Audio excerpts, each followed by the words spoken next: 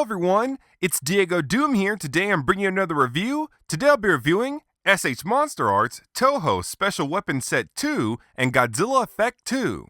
After a long wait, Tamashii has finally released new effect sets for our Monster Arts figures. I'm very glad to have these new effect sets since I missed out on the first two effect sets. As we all know, the previous effect sets are now very expensive. With these new effect sets, not only do we have a nice set of military vehicles and various atomic breath options, but also we have buildings. We can now create some very cool city scenes for our Monster Arts figures to do battle in.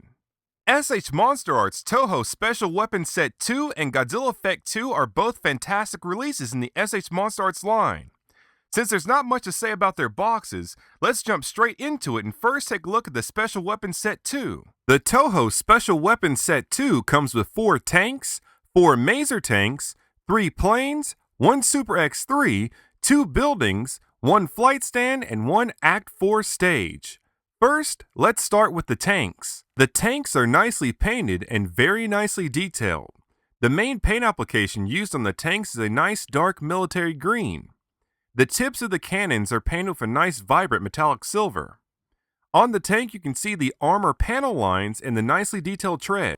The tops of the tanks can swivel a full 360 degrees. The Maser tanks share the same amount of paint and detail as our regular tanks.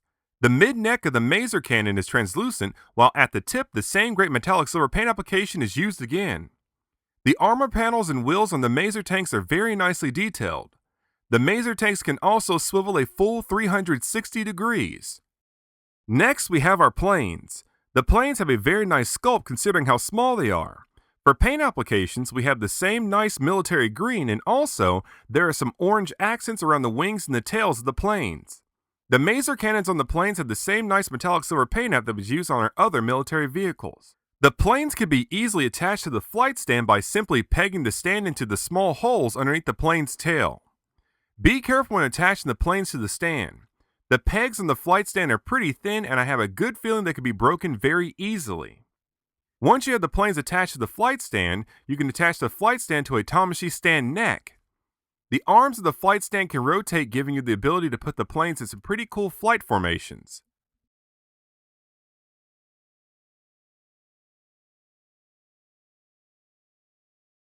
Next, we have the Super X3, and it looks absolutely fantastic. For the paint applications, we have the same nice dark military green, and then for the cockpit window, we have a very nice orange paint application. The detail on the Super X3 is very nicely done here. You can see the various panel and vents throughout the plane. The Super X3 has several accessory options. You can attach a set of landing gears, the cadmium missile bay, or a beam cannon. To attach the landing gears, simply remove the 3 pegs located underneath the Super X3. Pulling them out can be a little bit tough and the pegs are very small, so please be careful.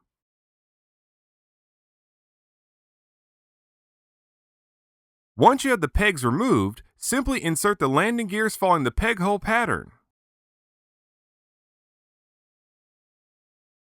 To attach the beam cannon, simply remove the nose of the plane.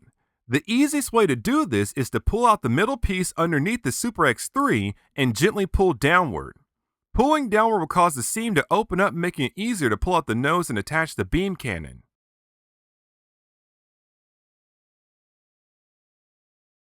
To attach the cadmium missile bay, pull out the top piece near the thrusters of the plane. Then simply insert the cadmium missile bay into the slot, and that's it. Next, we have our 2 buildings. The buildings are classified into 2 types.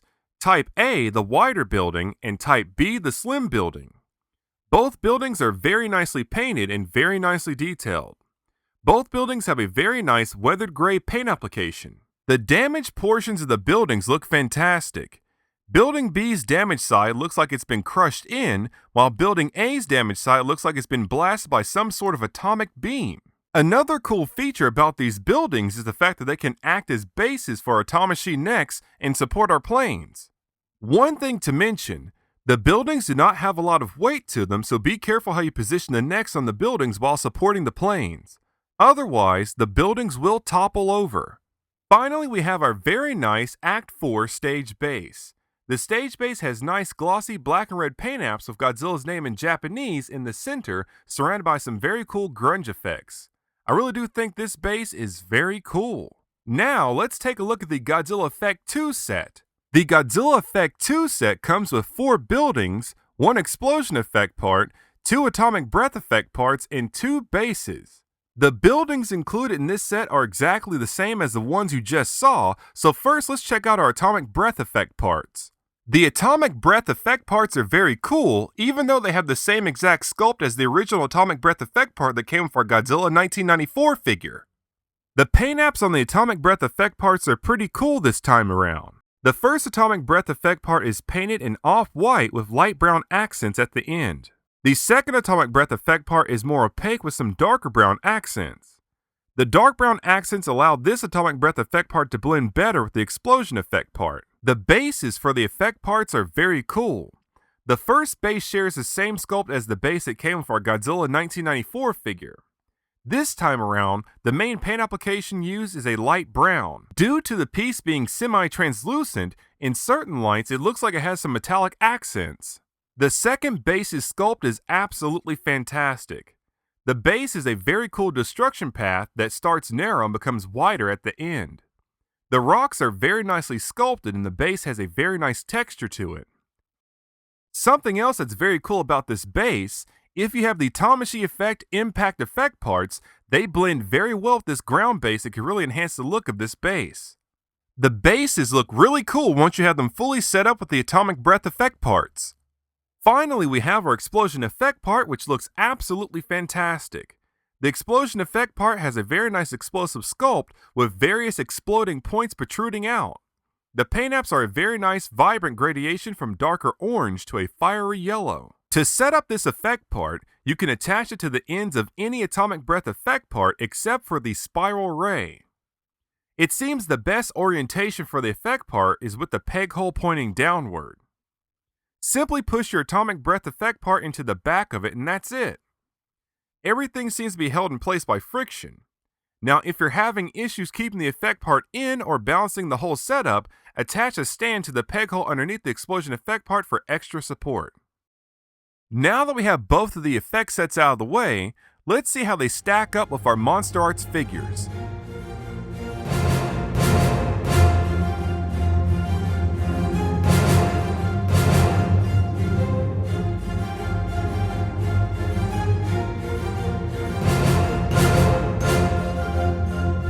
As you can see, the effect sets look absolutely fantastic with our Monster Arts figures.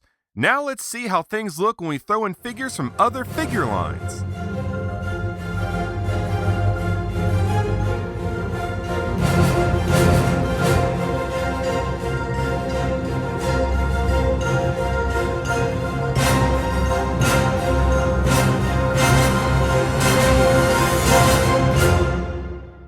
To conclude the review, SH Monster Arts Toho Special Weapons Set 2 and Godzilla Effect 2 are both fantastic releases in the SH Monster Arts line.